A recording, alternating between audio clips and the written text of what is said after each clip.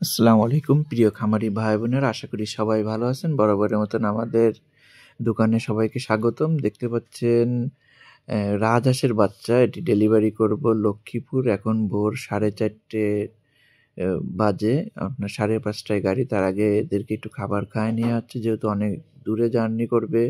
5:30টায় গাড়ি পৌঁছাবে দুপুর 2:30টায়।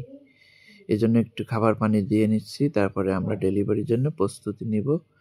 আমরা এরকম দূর দূরান্তে ডেলিভারি করে থাকি, এর আগেও করেছি, এখনও করছি, আবারও করব। অনেকে জানতে চায় এত দূরে কিভাবে পাঠাবো, তাই এই ভিডিওটি তাদের জন্য। যে দেখুন আমরা কিভাবে দূরে বাচ্চা পাঠাই। আমাদের এখানে রাজহাঁসের বাচ্চা আপনার সিজনাল বাচ্চা, এগুলো আপনার বছরে একবার পাওয়া যায়। এই শীতের মৌসুমের একবারই ডিম দেয়। আপনার জানুয়ারি থেকে মার্চ পর্যন্ত এই বাচ্চাগুলো পাওয়া যায়, তারপর আর কিন্তু পাওয়া যায় না। কিন্তু সারা বছর ধরে মানুষের চাহিদা থেকে যায় রাজহাঁসের বাচ্চা।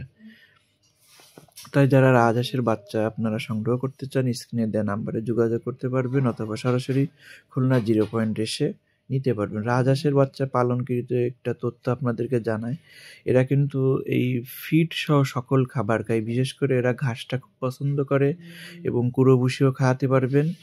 আপনার যদি নিজস্ব জায়গা থাকে, বড় জায়গা থেকে, সেই জায়গায় ছেড়ে পালন করতে পারবেন। যে দেখুন আমরা বাচ্চাগুলো আমরা ক্যারেটে তুলছি, এবার আরেকটি ক্যারেটে উঠাবো। তার আগে আমরা বাচ্চাগুলো ভালোভাবে গণনা করে দিচ্ছি। এখানে 14 পিস রাজহাঁসের বাচ্চা আছে এবং বড় চীনা হাঁসের বাচ্চা যাবে সাথে আরও 14 পিস।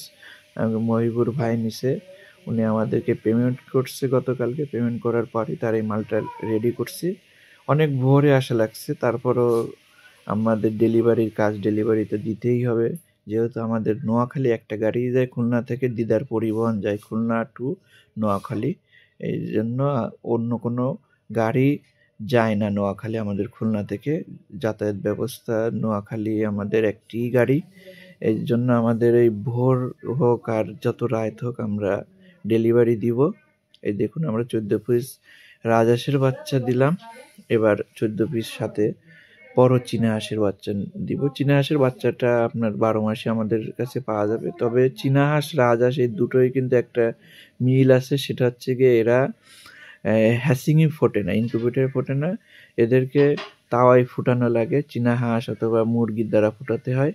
আপনারা যারা অবগতি আছেন তারা মনে রাখবেন, চীনা হাঁস রাজহাঁস ইনকিউবেটরে ফোটে না, এটা প্রাকৃতিকভাবে ফুটানো হয় এবং এটা গ্রাম থেকে সংগ্রহ করা হয়।